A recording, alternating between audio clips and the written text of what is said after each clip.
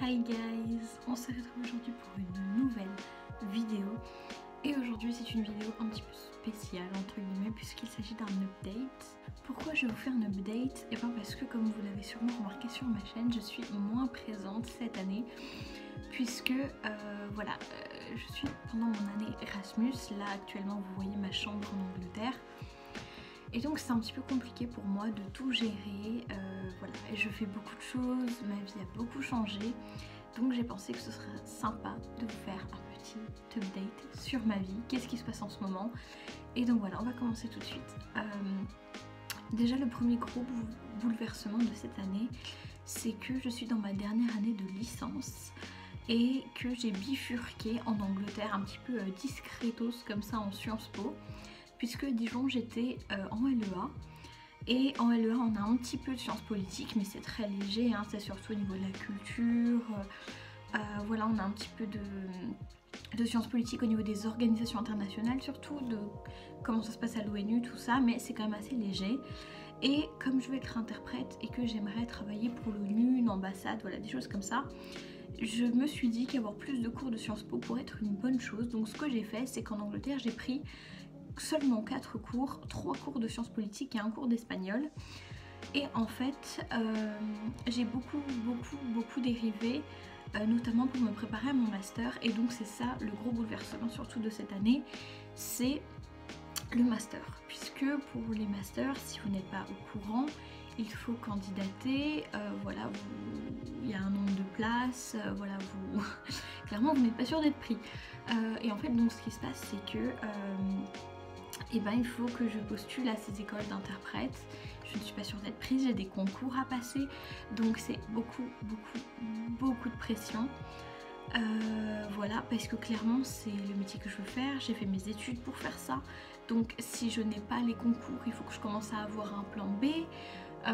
Voilà, il y a tout ça à prendre en compte.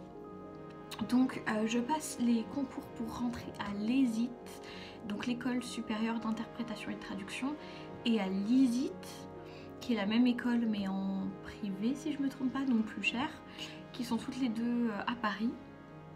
Je vais probablement aussi passer, voilà, essayer de préparer quelque chose, enfin je me suis inscrite pour l'ENS et je me suis inscrite aussi à un master Sciences Po Paris, donc voilà, on va voir ce que je fais.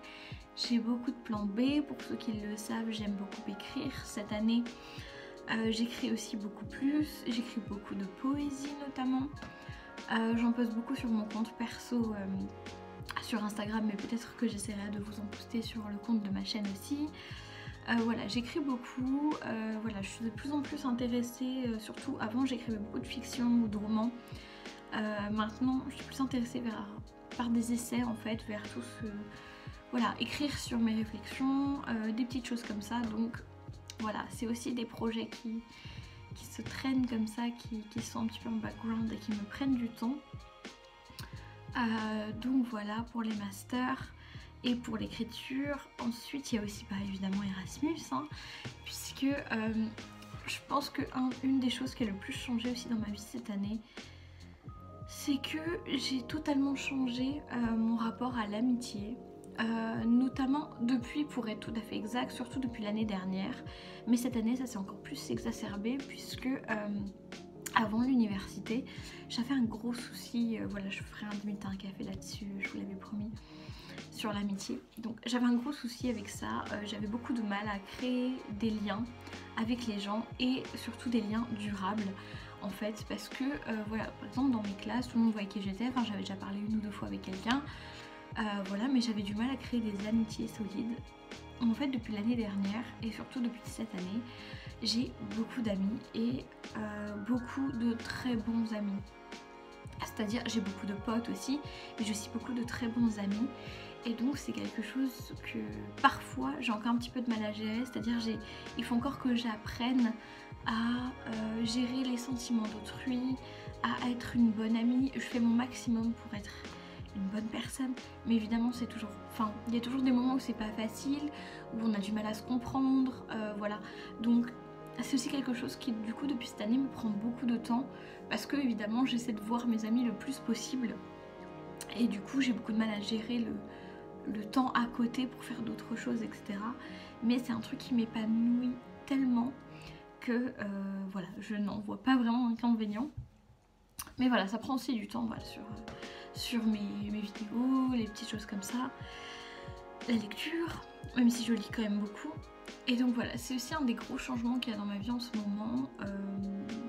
Attends, je suis très heureuse. Comme vous le savez, en Erasmus, je suis partie avec une de mes copines qui s'appelle Susanna. Mais j'ai rencontré beaucoup de personnes extraordinaires ici. Voilà, je me suis fait deux très bonnes amies françaises. Je me suis fait une très bonne amie espagnole. Je me suis fait vraiment de très bons amis ici en général. Voilà, il y en a plein d'autres. Je ne vais pas tous les citer, sinon ça va prendre beaucoup de temps, mais vraiment c'est voilà, c'est quelque chose dont je suis très heureuse, qui m'épanouit énormément, qui m'enrichit aussi, et qui m'apprend à gérer ce truc, ces relations amicales, voilà, que j'ai toujours eu un petit peu mal à gérer, mais on y arrive, on progresse. Évidemment ici il y a aussi eu des moments pas faciles, parce que c'est quand même déboussolant de se retrouver loin de sa famille, de son pays, un petit peu perdu entre guillemets. Donc j'apprends à gérer tout ça, voilà, vraiment l'indépendance à son paroxysme, on va dire, puisque là bon bah c'est dur de faire plus indépendant que en vivant voilà à 20 ans dans un pays autre que celui de sa famille et de ses proches. Donc voilà, qu'est-ce qui se passe encore en ce moment dans ma vie? Beaucoup de voyages, voilà, j'ai aussi beaucoup changé sur ce plan-là. J'ai toujours voulu voyager, mais je crois que vivre en Angleterre et avoir déménagé en Angleterre, ça m'a vraiment dégourdi en fait pour tout le reste. Voilà, donc je ne sais pas du tout si je publierai avant ou après cette vidéo-ci mon voyage à Amsterdam. Probablement que cette vidéo sortira après, donc du coup si vous ne l'avez pas vu, vous pouvez aller voir mon vlog à Amsterdam. Mais voilà, je suis partie à Amsterdam avec une de mes meilleures amies et ça a été vraiment un super voyage. J'ai de plus en plus cette envie de voyager, de partir, En fait, j'ai une amie qui m'a dit ce truc l'autre fois qui m'a beaucoup marqué, c'est... Il s'agit pas tant de sortir de sa zone de confort, de se brusquer un petit peu, même si parfois je suis d'accord il le faut, mais plutôt d'étendre sa zone de confort finalement. Et donc là je suis en train d'étendre la mienne et honnêtement ça me fait beaucoup de bien. Je vois des choses, ça me rend plus indépendante, ça m'enrichit, ça me donne envie d'écrire encore plus, de lire, de voir des choses, Voilà, c'est un petit peu tout ça qui se passe dans ma vie en ce moment. C'est une espèce de grand bouleversement où j'ai voilà, cette espèce de je bifurque un petit peu dans ce que j'écris, dans ce qui me plaît, ce qui m'enrichit. J'ai découvert un podcast génialissime qui s'appelle La Poudre d'ailleurs. Je vous en parle ici parce que ça fait partie des sources comme ça qui m'enrichissent de plus en plus jour après jour. Clairement, je suis en train de sécher tous leurs épisodes. C'est un podcast qui parle de femmes importantes, de femmes inspirantes.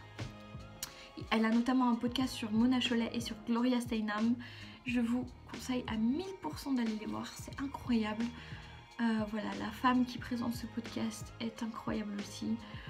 Très douce, sait trouver les mots, très incisive aussi.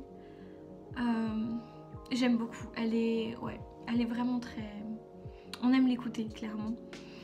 Mais voilà, je suis dans un virage intellectuel aussi important où le féminisme prend chaque jour un peu plus de place dans ma vie, dans mon esprit, dans ma tête, dans mes envies. Et voilà, c'est à peu près tout ce qui se passe dans ma vie en ce moment. J'espère que ça vous aura plu, cette petite vidéo assez courte mais plus détendue un peu sur ce qui se passe dans ma vie en ce moment, et que ça vous aura donné des pistes pour comprendre ce qui se passe en ce moment dans ma vie, et que ça vous aura plu. Comme d'habitude, si vous avez envie de m'écrire, n'hésitez pas, je vous réponds toujours, c'est toujours un plaisir. Et voilà, en tout cas j'essaie de faire de mon mieux pour plus tourner. Je vais essayer de faire de mon mieux, je fais toujours de mon mieux, j'adore tourner, c'est toujours un plaisir de tourner. Et Et voilà, je vous souhaite une très bonne journée, fin de journée, soirée, nuit peut-être. Et voilà, moi je vous fais de gros bisous et je vous dis à la prochaine. Ciao.